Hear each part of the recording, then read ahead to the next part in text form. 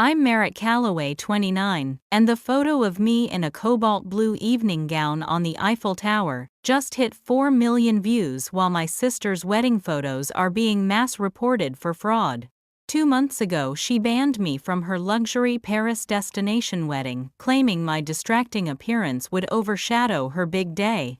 What she didn't know was that her fiancé had been embezzling funds from our family business for years, and I had all the evidence. Blood loyalty only matters when it flows both ways.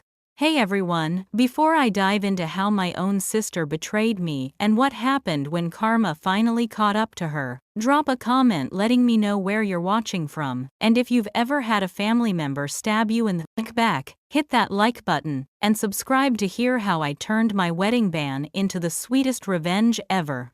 The Calloway name has been synonymous with luxury real estate development in Boston for 3 generations. My grandfather started with a single apartment building in the 1962s and built it into a portfolio that now includes some of the most prestigious properties in New England. Growing up as a Calloway meant privilege but also pressure. Excellence wasn't requested, it was expected. My sister, Vivienne, 3 years, my senior at 32, was always the perfect Calloway on paper. Straight A student, Ivy League business school, and a natural aptitude for the family business that made our father beam with pride. I took a different path, pursuing marketing and building my own career outside the family company, though I still sat on the board and handled our brand positioning. Despite our different trajectories, Vivienne and I were inseparable growing up, sharing clothes, secrets, and unwavering support for each other. That all changed 5 years ago when our mother died unexpectedly from an aneurysm. Mom had always been the family mediator, the one who made sure Vivienne and I maintained our bond, despite our father's tendency to pit us against each other. Without her stabilizing presence, small cracks in our relationship began to widen. You always have to be the center of attention, don't you? Merritt. Vivienne had snapped at Mom's funeral when several of Dad's business associates approached me first with condolences. It was the first time I'd seen that particular look in my sister's eyes, resentment mixed with something deeper and more troubling. Blake Whitman entered our lives 3 years ago when Vivienne met him at a business school alumni function. Tall, impeccably dressed, and armed with a Harvard MBA and family connections that rivaled our own, he seemed tailor-made for my sister. Their whirlwind romance culminated in an engagement after just 18 months, and my father wasted no time bringing Blake into the family business as a financial strategist. He's brilliant with numbers, Dad would boast. The kind of mind that sees opportunities others miss. Meanwhile, my own career was flourishing. My marketing expertise, combined with a natural eye for fashion, had earned me a substantial social media following. Nothing influencer level, but enough that brands occasionally sent me products, and local Boston magazines featured me in their style sections. I never thought much of it until I noticed Vivienne's reactions changing whenever someone mentioned my latest feature or campaign. "It must be nice to get attention just for being pretty," she'd say, with a tight smile. "Some of us have to work with our brains." The comments stung, but I brushed them off. She was stressed with wedding planning, I reasoned. Things would improve once that was behind us. Then came the Paris wedding announcement. Blake had apparently proposed the idea, a destination wedding at one of the most exclusive venues overlooking the Seine, with the Eiffel Tower as backdrop. Cost was no object. The initial guest list numbered 200, all flying first class and staying at a 5-star hotel at the couple's expense. Dad was thrilled, seeing it as an opportunity to strengthen business relationships in Europe. I was genuinely excited for my sister, offering to help with planning and suggesting I could leverage some of my fashion industry contacts for her dress and accessories. Her response was lukewarm at best. "I think I've got it covered, Merritt. This isn't about Instagram moments, you know." The real shock came 3 months before the wedding, at our traditional Sunday family dinner. Blake was unusually attentive, refilling my wine glass and asking about my latest marketing campaigns. Vivienne sat silently, her expression growing darker by the minute. So she finally interrupted, setting down her fork with precision. We've finalized the bridal party. Blake's brother will be best man, and my friend Catherine from college will be maid of honor. I waited for her to continue to include me among the bridesmaids at least, but she simply resumed eating. Viv, I said carefully, did you want to talk about what role I'll have? Blake cleared his throat while my father suddenly became very interested in his potatoes. Actually, Merritt, Vivienne said coolly, we think it's best if you attend simply as a guest. The dresses we've chosen wouldn't suit your figure. And we're trying to keep the aesthetic consistent. The temperature in the room seemed to drop 10 degrees. My father finally spoke. Vivienne, surely your sister should be in the bridal party. It's our wedding, Dad, she replied. We get to decide. I excused myself early that night, hurt, but still planning to attend the wedding. The following week, while helping my father review quarterly reports for the board meeting, I noticed something odd. A property acquisition in Montreal that I'd never heard discussed, with funds allocated in amounts that didn't align with our usual investment strategies. Dad, what's this Montreal project? I asked. He looked confused. Must be something Blake and Vivienne are spearheading. Ask them. When I texted Vivienne about it, her response was immediate and defensive. Why are you snooping through company financials? That's Blake's department, not marketing. Stay in your lane, Merritt. The dismissal raised red flags. I began paying closer attention to financial reports, noting discrepancies that individually seemed minor, but collectively painted a concerning picture. When I tried bringing these concerns to Vivienne over lunch, she shut me down immediately. You've always been jealous that Blake and I are central to the business while you play with your Instagram. Don't try to undermine him just because you feel left out. I was still reeling from that accusation when her call came 3 weeks before the wedding. I assumed she was finally reaching out about bridesmaid details, despite our tension. I need to make something clear, Vivienne said without preamble. You're no longer invited to the wedding. What, Viv, what are you talking about? Blake and I have discussed it, and your presence would be too distracting for our guests. Every event you attend somehow becomes about you. This is my day, Merritt. My one day. Are you serious right now? I'm your sister, which is exactly why you should understand and respect our decision. Family supports family, right? This is how you can support me. The call ended with my sister informing me that the formal disinvitation would arrive by courier and that she expected me to issue a gracious social media statement about being unable to attend due to scheduling conflicts. I sat in shock for hours afterward, tears streaming down my face as 30 years of sisterhood seemed to disintegrate. That night, I made 2 decisions that would change everything. I would get to the bottom of those financial discrepancies, and I would absolutely be in Paris on Vivienne's wedding day, just not as she expected. This doesn't make sense, Marcus Daniels muttered, adjusting his reading glasses as he examined the spreadsheet I'd brought to his attention. As the Callaway family company's head accountant for over 20 years, Marcus had seen the business grow from local success to regional powerhouse. More importantly, he'd taught both Vivienne and me about financial responsibility when we were teenagers, patiently explaining profit margins and investment risks, while our father focused on the big picture. I thought I was going crazy, I admitted, pointing to the series of transactions I'd flagged. These transfers to subsidiary companies, do we even own these entities? Marcus's expression grew increasingly troubled as we dug deeper.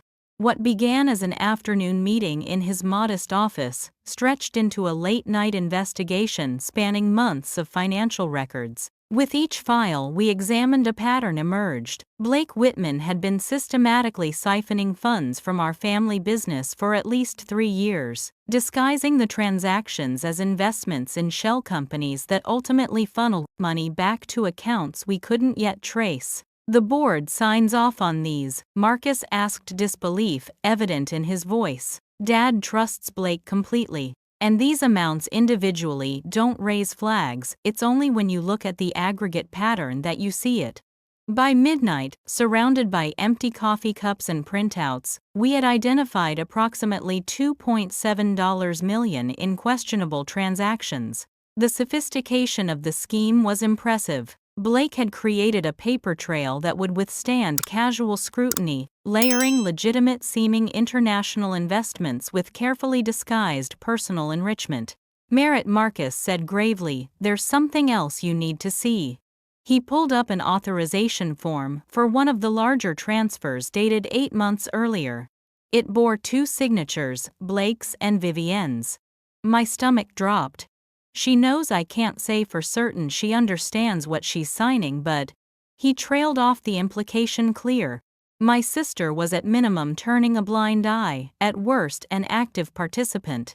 The next morning I tried calling my father, but he was preoccupied with finalizing his travel arrangements to Paris. "Can it wait until after the wedding, sweetheart? Things are chaotic right now," he said distractedly.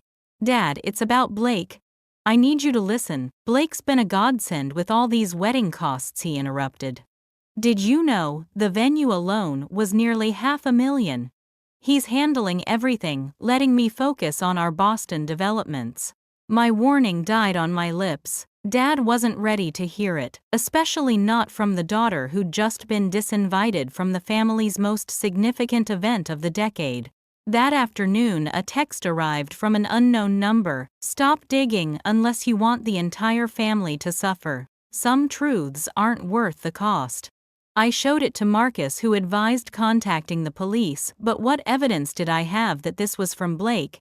And what could we prove yet about the financial irregularities without board authorization for a full audit? "I'm going to Paris," I announced. Marcus looked alarmed. "Your sister made it clear, not for the wedding. To gather evidence. Blake has European connections we need to understand.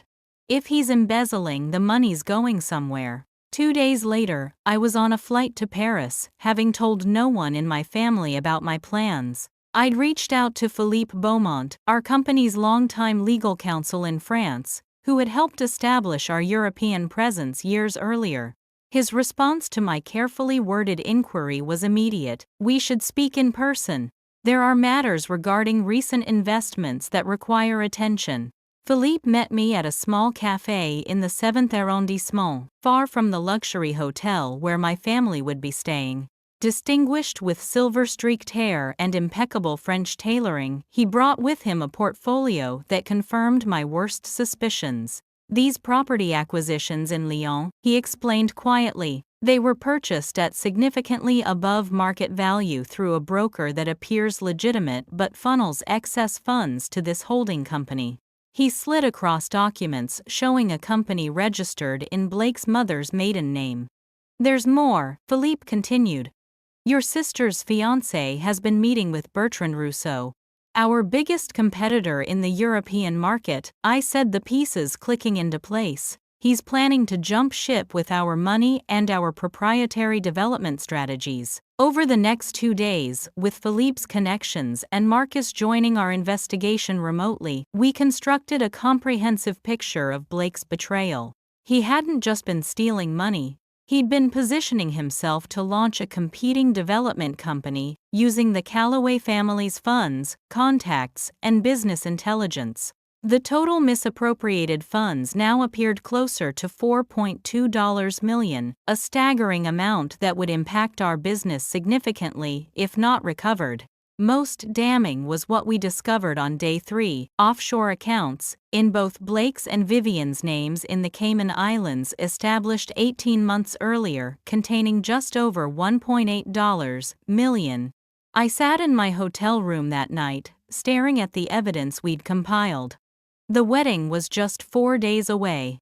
Did Vivienne truly understand what she was involved in? Had her resentment toward me somehow blinded her to Blake's true character? Or was she a willing accomplice planning a future built on stolen family funds? I drafted and deleted a dozen messages to my father and sister. Any digital communication could be intercepted by Blake, potentially prompting him to cover his tracks, or worse. This had to be handled delicately, with irrefutable evidence presented at precisely the right moment. With a profound sense of both determination and grief, I made my decision. I would remain in Paris, gathering final evidence while developing a plan to expose Blake without destroying my family in the process. Whether Vivienne could be saved from the consequences of her choices remained to be seen. Paris in June should have been magical. The city of light preparing to host my sister's dream wedding sparkled with early summer brilliance. But I experienced it as a shadow moving through the same spaces as my family, but always just out of sight, a ghost at the periphery of their celebration. I'd chosen a small boutique hotel in Les Marais, far enough from the wedding venue near the Eiffel Tower to avoid accidental encounters. My mornings were spent coordinating with Marcus back in Boston, and Philippe in his legal office building an airtight case against Blake. On my second day in Paris, fate intervened in the form of Catherine Williams, Vivienne's college roommate and maid of honor, who quite literally bumped into me at a patisserie. Merit. Oh my God, her initial delight quickly morphed into confusion. Wait, I thought you couldn't make it to the wedding. Vivienne said. What exactly did my sister say, Catherine? I asked, guiding her to a quiet corner table. Catherine's discomfort was palpable as she fidgeted with her coffee cup. Just that you had conflicts. But then she told the bridesmaids privately that you've been having some stability issues since your mom passed. That you might try to make a scene. My hands trembled slightly as I processed this. Stability issues. Her words were mentally unstable, Catherine admitted, looking miserable. I never believed it, you've always been so together. But then, when you weren't invited to any pre-wedding events, I maintained my composure through sheer willpower. I'm here on business, actually. Family business that couldn't wait. Catherine seemed relieved by this explanation and promised not to mention our encounter. As she left, she hesitated. The rehearsal dinner is tomorrow at La Belle Epoque at 8, and the welcome reception is at the hotel rooftop the night after, just in case your business wraps up. I thanked her, knowing I would not attend either event openly, but the information was valuable nonetheless. That afternoon, I stationed myself at a café across from La Belle Epoque, wearing large sunglasses and a scarf over my hair. From this vantage point, I watched my family arrive, my father looking distinguished but tired, Vivienne radiant in an ivory cocktail dress, and Blake playing the charming host, kissing cheeks and clapping shoulders. The wealthy performance of it all made me sick, knowing what lay beneath the facade. Fancy meeting you here, came a voice that made me nearly spill my espresso. I looked up to find Julian Hayes, son of my father's college roommate and occasional business partner. Julian had eschewed the family expectations of finance or law to become a photographer, moving to Paris 5 years ago and building an impressive reputation in fashion and architectural photography. Julian, what are you doing at this random cafe, across from where the Calloway wedding party just happens to be gathering? He grinned, sliding into the chair opposite mine. I could ask you the same, especially since rumor has it you're not on the guest list. There was no judgment in his tone, just the familiar warmth I remembered from childhood summers when our families vacationed together. Julian had always been kind, quietly supporting my creative pursuits when our fathers pushed us toward more practical paths. I'm persona non grata apparently, I admitted. Too distracting for the wedding photos. Julian's eyebrows shot up. You can't be serious. Vivienne's exact words. He shook his head in disbelief.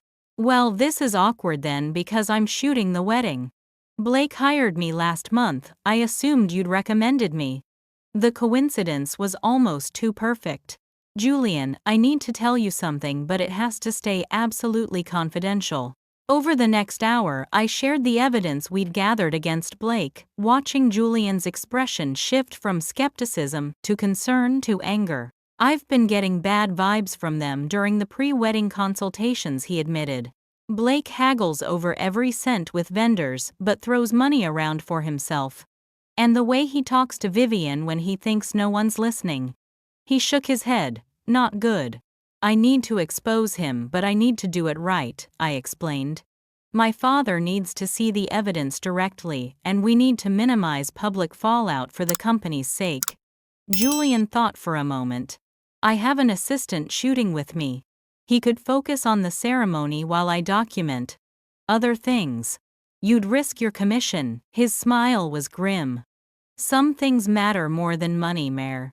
Family loyalty, for instance, real loyalty, not the conditional kind your sister's practicing. We spent the next 2 days developing a careful plan. Julian would photograph the wedding as contracted, but would ensure his assistant captured key moments while he documented other aspects, particularly Blake's interactions with certain business associates who would be attending.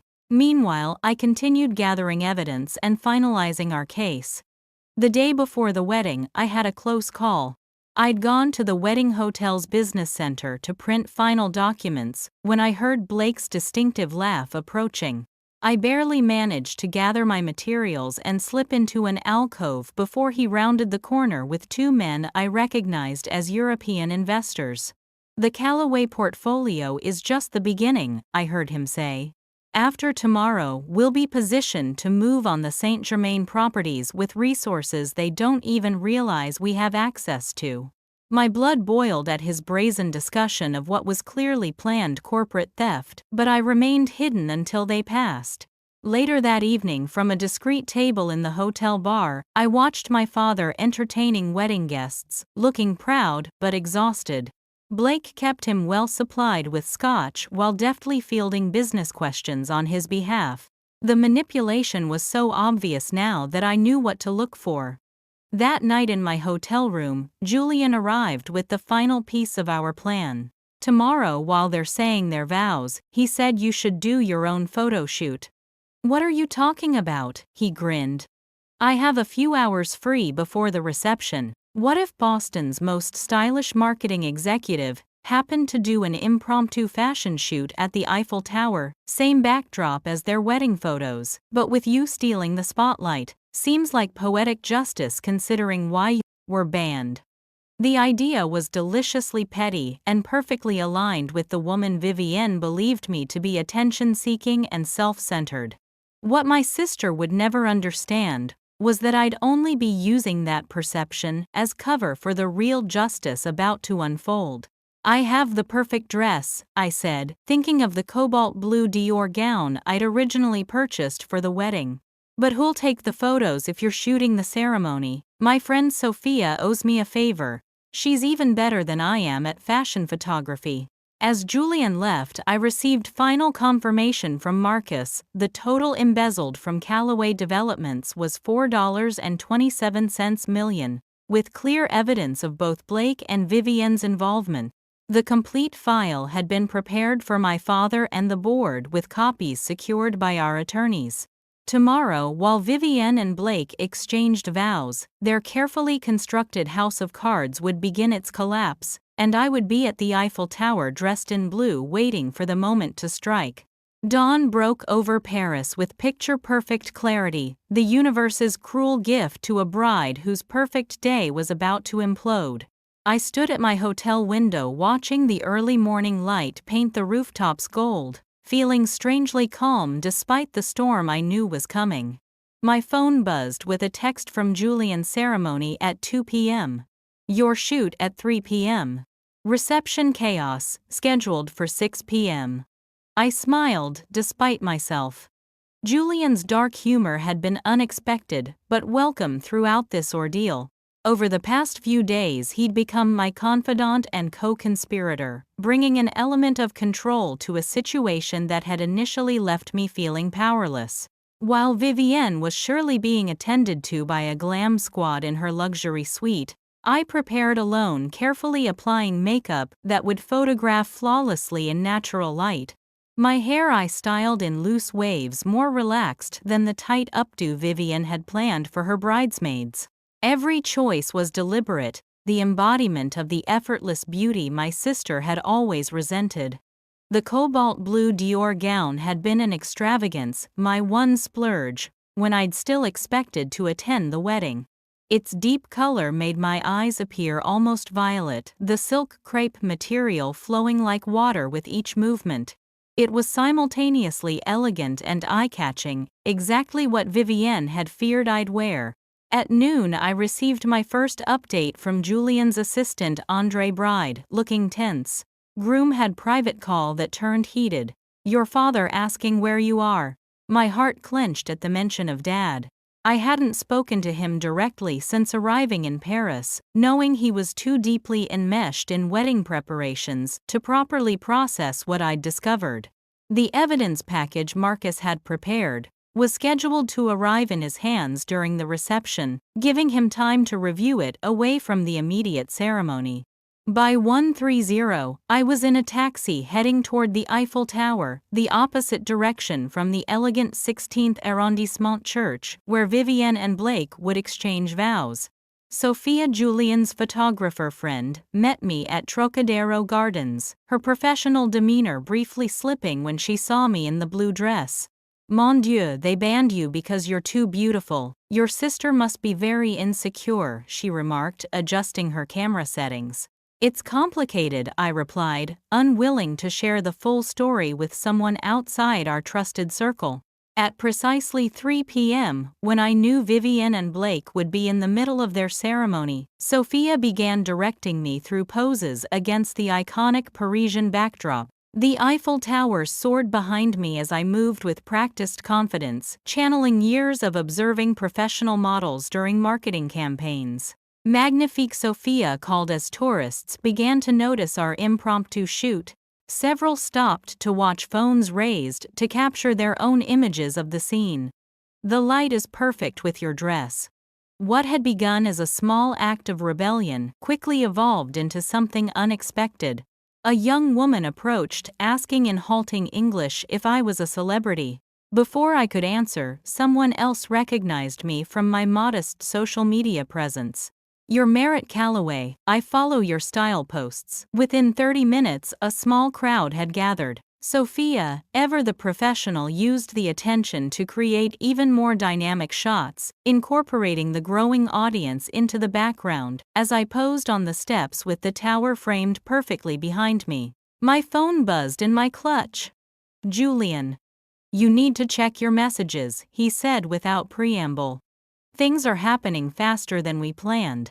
I stepped aside, scrolling through a series of texts from Andre Blake, looking increasingly agitated during ceremony. French investor Philippe mentioned just arrived with documents. Your father asking questions about Montreal property during photo session. Vivienne crying. Not happy bride tears. The final text made my breath catch. Your father trying to call you. Says it's urgent. As if summoned by the message, my phone lit up with my father's call. I stepped further away from the crowd, heart pounding. Dad Merritt. His voice was strained, barely containing fury. Where are you? I'm at the Eiffel Tower. You're in Paris. How long? He stopped himself. Never mind. I've just been shown some very disturbing documents about Blake. About financial discrepancies. Philippe had moved faster than planned, delivering an initial summary of our findings directly to my father at the ceremony, rather than waiting for the reception. Dad, I can explain everything. I've been investigating. Did you know your sister might be involved? He interrupted, voice dropping to a whisper. There are signatures, Merritt. Her signatures. The pain in his voice was unbearable. I wasn't sure how much she knew, I admitted. That's why I've been careful about how to present the evidence. A long silence followed. The full documentation. Where is it? Marcus is sending it to your hotel suite. It should be there within the hour. Meet me there. Now. As I ended the call, I noticed Sophia showing me her camera screen. The photos were stunning, capturing a strange mixture of melancholy and power that I hadn't realized I was projecting. In one particular shot, with the sun creating a halo effect around the tower behind me, I looked simultaneously vulnerable and formidable. These are going online, yes? Sophia asked. They are too beautiful to keep private. I hesitated only briefly before nodding. Yes, post them now. As my taxi raced toward the hotel, I received the first notification that Sophia had tagged me in a post. By the time I reached my father's suite, 20 minutes later, the initial photos had already garnered thousands of likes and hundreds of comments, many expressing shock that I wasn't at the Calloway wedding that had been mentioned in society pages. My father opened the door looking 10 years older than he had at breakfast. The suite was littered with papers. Marcus's complete file had arrived early. "Explain," he said, simply gesturing to the damning evidence spread across every surface. For the next hour, I walked him through everything we'd discovered, from the initial suspicious transfers to the offshore accounts bearing both Blake and Vivian's names. With each revelation, my father's expression darkened further. "The wedding reception starts in 20 minutes, he said, finally straightening his tie with hands that weren't quite steady. "I think we should attend, don't you?" I stared at him. "Dad, Vivian explicitly uninvited me." His eyes, so like my own, hardened. "And I'm explicitly re-inviting you. Wear that blue dress. It's time for some family honesty." Call to action. I can still remember standing at the Eiffel Tower in that blue dress, feeling a strange mix of heartbreak and power, as my phone kept buzzing with notifications. The universe was about to deliver the most perfect justice, but I had no idea how massive it would become. If you're feeling the tension build, give this video a like to help me through telling the next part. It gets pretty intense when all the evidence finally comes to light. Are you Team Merritt or Team Vivienne at this point? Let me know in the comments while I take a moment before continuing this wild family showdown. The grand salon of the Hotel Royal sparkled with crystal chandeliers and champagne flutes as my father and I entered the reception. His hand gripped my elbow with surprising strength. Whether to support himself or to prevent me from fleeing, I wasn't sure. Conversations halted mid-sentence as heads turned toward us, the father of the bride arriving with his explicitly uninvited younger daughter. Vivian spotted us from across the room, her wedding gown, a froth of designer lace and pearls that had cost more than most people's cars. The blood drained from her face as her eyes locked with mine. Blake, standing beside her, charming a group of investors, hadn't noticed us yet. "Wait here," my father murmured, releasing my arm and moving purposefully toward the head table, where copies of the evidence waited in an innocent-looking leather portfolio. Marcus had arranged for their delivery, with instructions that they were wedding documents, requiring immediate attention. The band continued playing soft jazz as the room recalibrated around my presence. Catherine appeared at my side, champagne in hand. "Bold move," she whispered, offering me the glass. "You have no idea," I replied, accepting it gratefully. Blake finally turned, his practiced smile freezing when he saw me. I raised my glass in a mock toast, watching his eyes dart between me and my father, who was now opening the portfolio at the head table. Understanding dawned on his face with almost comical clarity, the exact moment he realized his scheme was unraveling. What happened next unfolded like a scene from a movie I was both starring in and watching from afar.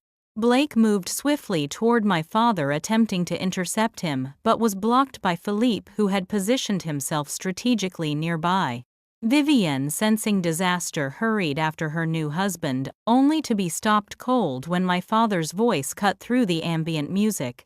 "Ladies and gentlemen, I apologize for interrupting the celebration," he began, his authoritative tone immediately commanding attention. "But I've just been made aware of a situation that cannot wait." The band faltered, then stopped completely.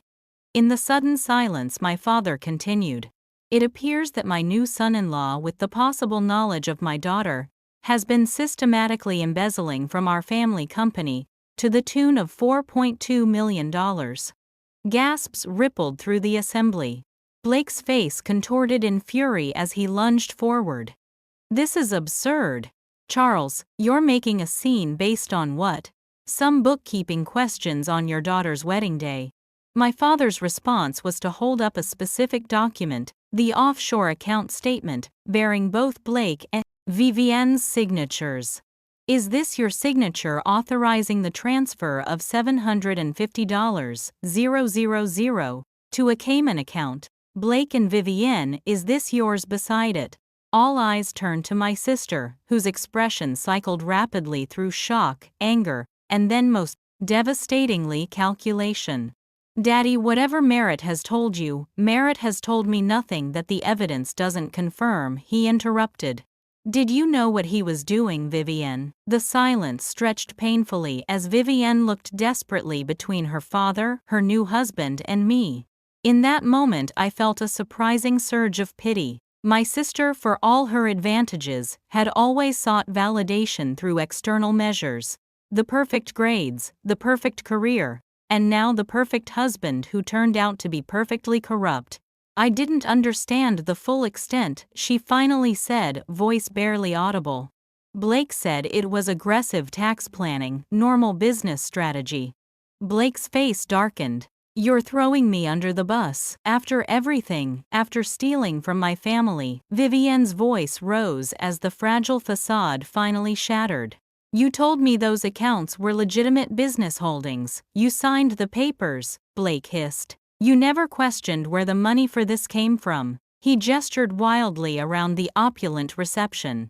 $300,000 for a wedding venue, $70,000 for flowers. Did you think your father was funding all this? The ugly truth spilled across the polished marble floor.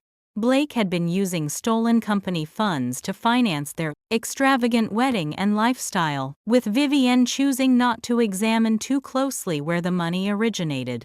Philippe stepped forward, nodding to two serious-looking men who had been inconspicuously positioned near the exits. Mr. Whitman, these gentlemen from financial crimes would like to speak with you immediately. Blake's expression shifted from anger to panic. He backed away, scanning the room for escape routes, but security had already moved to block the exits. In a final desperate move, he grabbed Vivienne's arm. Tell them this is a misunderstanding. A family disagreement. Vivienne. My sister wrenched her arm away, tears streaking her perfect makeup. Don't touch me. Don't ever touch me again. As Blake was escorted from the reception, stunned guests began gathering their belongings and making discreet exits. The fairy tale wedding had transformed into a corporate crime scene in less than 30 minutes. I stood frozen, the victory, feeling hollow as I watched my sister sink into a chair, her wedding gown pooling around her like broken dreams. My father crossed to me, his expression unreadable. Your Eiffel Tower photos are trending, he said incongruously. Someone at the reception showed me. You look beautiful.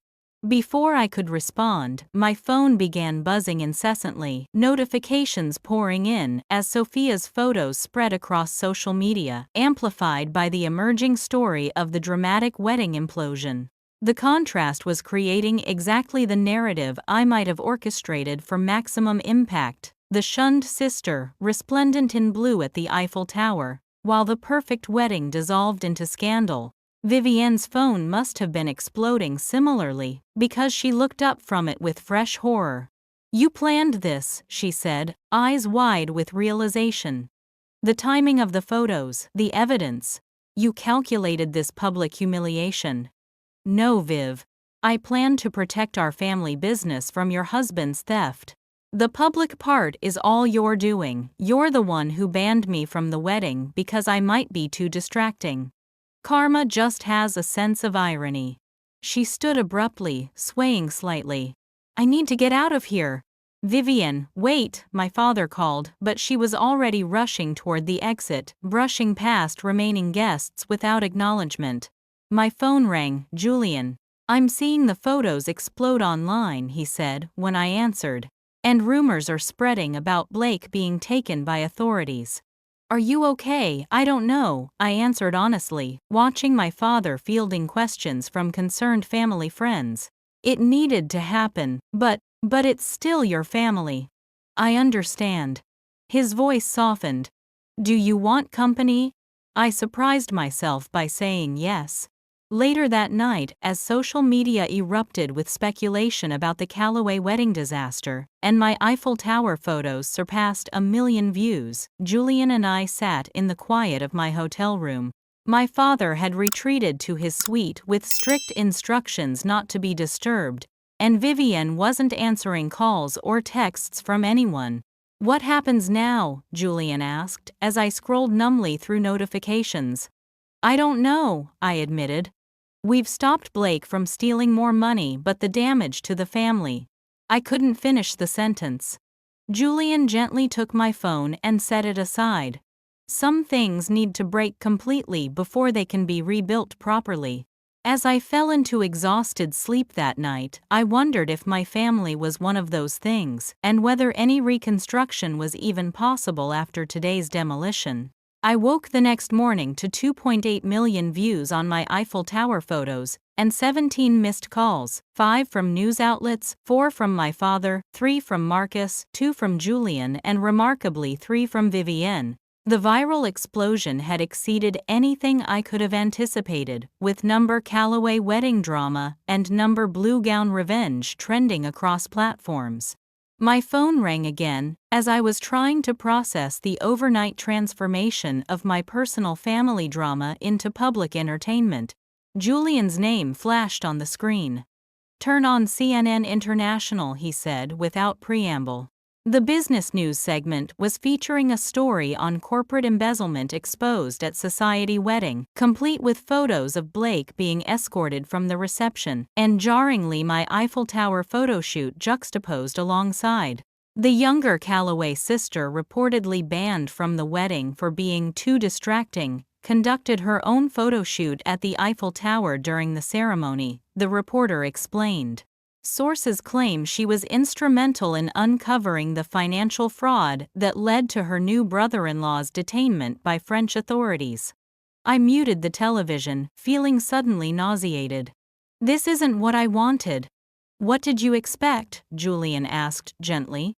"It's the perfect storm of elements people can't resist: family drama, corporate crime, stunning visuals, and a righteously wronged protagonist in a blue dress." "I'm not a protagonist. I'm just trying to protect my family business." To the internet, "You're both. Your father's been calling a crisis management meeting in his suite. I think you should be there." The scene in my father's suite was controlled chaos. He had assembled a team that included Marcus, who had flown in overnight, Philippe, our Boston legal counsel via video call, and our company's PR director. They fell silent as I entered. "Merritt," my father said wearily. "We were just discussing damage control options." "Where's Vivienne?" I asked, noticing her absence. "She's refusing to leave her room. Hotel security is ensuring the press can't reach her." He looked at me with red-rimmed eyes. "You should know that Blake is formally in custody. The French authorities moved quickly once they had access to our evidence." The next 4 hours were consumed with strategy, how to address the financial impact, the legal proceedings, and most challenging, the public narrative. By afternoon, we'd crafted statements for investors, employees, and the press that acknowledged the situation while emphasizing the family's cooperation with authorities and commitment to business continuity. "There's another element we need to address," the PR director said carefully. "Merritt's sudden social media prominence. We're receiving dozens of inquiries for interviews and statements." All eyes turned to me. "I'm not doing interviews about my sister's wedding disaster," I said firmly. No one suggesting that my father interjected. "But your visibility has increased exponentially overnight. Multiple brands have reached out about potential partnerships, and there's interest from modeling agencies." I stared at him in disbelief. "You want me to monetize this family catastrophe? I want us to control the narrative rather than letting it control us," he countered. "Your photos are being shared with or without your participation. The question is whether we harness that attention constructively." Before I could respond, a hotel staff member knocked, informing us that Vivienne had finally emerged and was asking to speak with our father alone. The meeting adjourned temporarily, as everyone dispersed to handle their respective action items. I retreated to the hotel's garden terrace, seeking a moment of peace away from the storm of notifications still bombarding my phone. Julian found me there an hour later. "Your father's asking for you," he said. "Vivienne's still with him." My stomach tightened. How did she seem subdued, different? He squeezed my hand briefly. "Whatever happens in there, remember you did the right thing." My father's suite felt cavernous as I entered. He sat in an armchair looking exhausted, while Vivienne perched on the edge of the sofa, still wearing yesterday's makeup but changed into simple jeans and a sweater that made her look younger, more vulnerable. "Sit down, Merritt," my father said. "Your sister has something to say." Vivienne's eyes, swollen from crying, met mine with difficulty. "I've been talking with Daddy about what happened. About my role in all this." I sat, carefully maintaining emotional distance. "And I signed those papers," she admitted. "Blake told me they were tax structures, completely legitimate ways of protecting family assets. I didn't question him because—" she faltered. "Because I prompted. Because I wanted to believe we were building something special. Something that would finally make me the undisputed success in the family." The raw honesty caught me off guard. My sister had never before acknowledged her competitive feelings so directly. "When did it start?" I asked. "When did you first notice the money?" "About a year ago."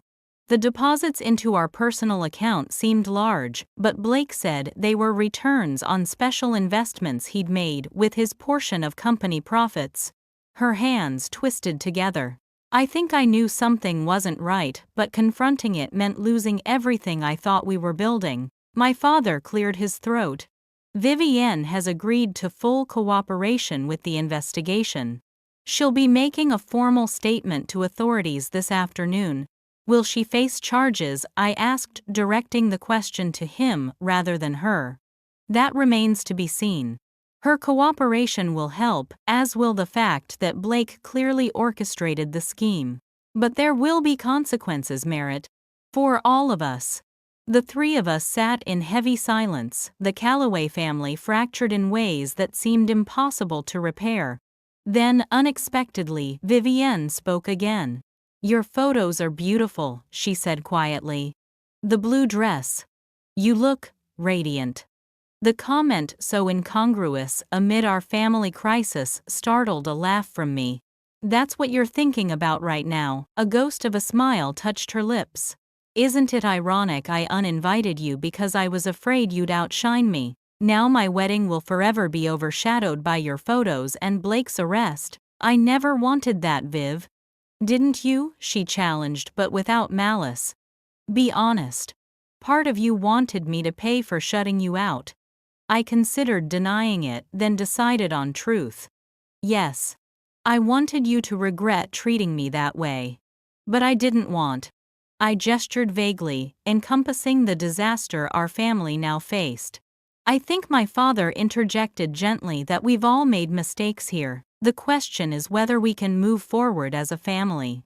Vivienne and I regarded each other cautiously, sisters separated by betrayal but bound by blood and shared history. The path to reconciliation would be neither quick nor easy, but in that moment its possibility at least existed. As we emerged from my father's suite hours later, my phone vibrated with a notification. My Eiffel Tower photos had just crossed 3.5 million views. The world was watching the Calloway family drama unfold in real time, unaware of the painful private conversations happening behind closed doors. "Your public awaits," Vivienne remarked dryly, nodding at my buzzing phone. I hesitated, then made a decision. "They can wait. Family comes first." It was the first step in a long journey back to each other. 6 months after what the press had dubbed the blue dress scandal, I sat in a Boston courtroom watching Blake Whitman accept a plea deal. In exchange for cooperation against larger financial crimes connected to his European contacts, he received 8 years in federal prison and orders to pay full restitution to Calloway Developments. Vivienne sat beside me, her face carefully neutral as her divorce from Blake was finalized simultaneously with his criminal sentencing. Her own legal situation had been resolved with a separate plea agreement, full cooperation, financial penalties, and 2 years of probation with community service requirements. She would avoid prison but carry the felony record permanently. "You didn't have to come today," she said, as we exited the courthouse, dodging reporters who still found our family saga fascinating. "Yes, I did," I replied simply. After 6 months of family therapy, individual counseling, and painful conversations about the jealousy and resentment that had poisoned our relationship for years, Vivienne and I were cautiously rebuilding our sisterhood on more honest foundations. The company had survived the scandal, though not without significant restructuring. My father had stepped back from day-to-day operations, focusing instead on rebuilding trust with our long-term investors. I had unexpectedly moved into a leadership role, my marketing expertise proving valuable in rehabilitating the Callaway brand. Most surprising was Vivienne's new position. After completing an intensive financial ethics course as part of her probation requirements, she had approached our father with a proposal: a new compliance and ethics division within the company, ensuring that no future financial officer could exploit the weaknesses Blake had identified. With Marcus as her mentor, she was channeling her intelligence and drive into creating industry-leading accountability systems. "Have you seen this?" Vivienne asked as we slid into the back of the waiting car, showing me her phone, open to my latest social media post, a thoughtful piece about financial literacy for young professionals that had garnered significant engagement. After the viral explosion of my Eiffel Tower photos, I'd made a conscious decision to redirect that unexpected platform toward something meaningful. Rather than accepting the modeling contracts or influencer partnerships that flooded in, I'd developed a series focusing on financial empowerment and fraud awareness, particularly for women. The authentic educational content had resonated far beyond the initial drama seekers. 4 million followers now, Vivienne noted, something like pride in her voice. "Who would have thought my wedding disaster would launch your financial literacy empire?" I smiled, recognizing the comment as her attempt at humor rather than resentment. "Life takes unexpected turns." Speaking of unexpected, she continued, "Julian called the office looking for you this morning. Something about a project proposal." Julian had returned to Boston 3 months ago, ostensibly for a major architectural photography assignment, but spending increasing amounts of time with me. What had begun as a friendship forged in crisis had gradually evolved into something deeper, though we were taking things slowly. "He's developing a photo series on family businesses across generations," I explained, "documenting the human side of enterprise. He wants Callaway to be featured." Vivienne raised an eyebrow. "Is that all he wants?" I felt my cheeks warm. "We're figuring things out." "Good," she said softly. "You deserve someone who sees you clearly." The car pulled up to our father's Beacon Hill home, where he was hosting a small family dinner, a ritual we'd established in our healing process. As we walked up the steps, Vivienne hesitated. "I've been thinking about Paris," she said suddenly. "About going back, I mean." I tensed. Paris held such complicated memories for our family now. "Not for the bad memories," she clarified, reading my expression. "To create new ones. Maybe for the 1-year mark. All of us together, standing in front of the Eiffel Tower, a new family photo to replace the wedding images everyone remembers." The suggestion took me by surprise, a gesture of both reconciliation and reclamation. "I'd like that," I said finally. "Maybe we could both wear blue." She laughed, the sound freer than I'd heard in years. "Maybe we could." Inside, our father welcomed us with embraces, his face showing the strain of recent months, but also a resolving strength. The dining room table, once the site of the dinner where Vivienne had first excluded me from her bridal party, now held a more modest but meaningful family meal. Later that evening, as Julian joined us for dessert, I reflected on the extraordinary journey of the past year.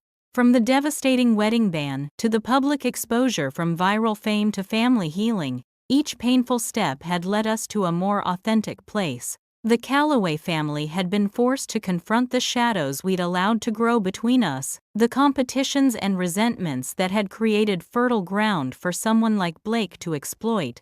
"I have an idea for your next post," Julian murmured, as we stepped onto the terrace for a moment alone. "A comparison shot the blue dress at the Eiffel Tower then, and your family together there next month. From isolation to reconciliation." "That's actually perfect," I agreed, imagining the visual story it would tell. A reminder that sometimes the most painful betrayals lead to necessary transformations. Is that what this was? A transformation? I looked back through the window at my sister and father, heads bent together in conversation, both wounded but healing, both changed by our shared ordeal. "Yes," I said with certainty. "We're not the same family we were before. We're better, more honest, more intentional about protecting each other." Julian's hand found mine in the darkness. "Blood loyalty only matters when it flows both ways," he quoted from my viral post. Exactly. And now finally it does. 1 year to the day after Vivienne's disastrous wedding, a new photo appeared on my social media. The Calloway family standing together at the Eiffel Tower. Vivienne and I both in different shades of blue, our father between us, with an arm around each daughter. The caption was simple: "Family redefined, rebuilt, reclaimed." It received even more engagement than the original viral photo, but this time the comments celebrated healing rather than drama. From family, tragedy had come unexpected growth, and the revelation that sometimes being excluded from exactly where you thought you belonged can lead you precisely where you need to be. Final call to action. And that's how one uninvite led to exposing a multi-million-dollar fraud and eventually healing our family. Has karma ever worked its magic in your family? I'd love to hear your stories in the comments below. This journey taught me that sometimes the most painful betrayals lead to the most necessary transformations. If this story resonated with you, please hit that subscribe button and share it with someone who might need to hear that family justice does exist. Thank you for being part of my healing journey. I'll be back next week with another story about how standing your ground can change everything. Remember, blood loyalty only matters when it flows both ways.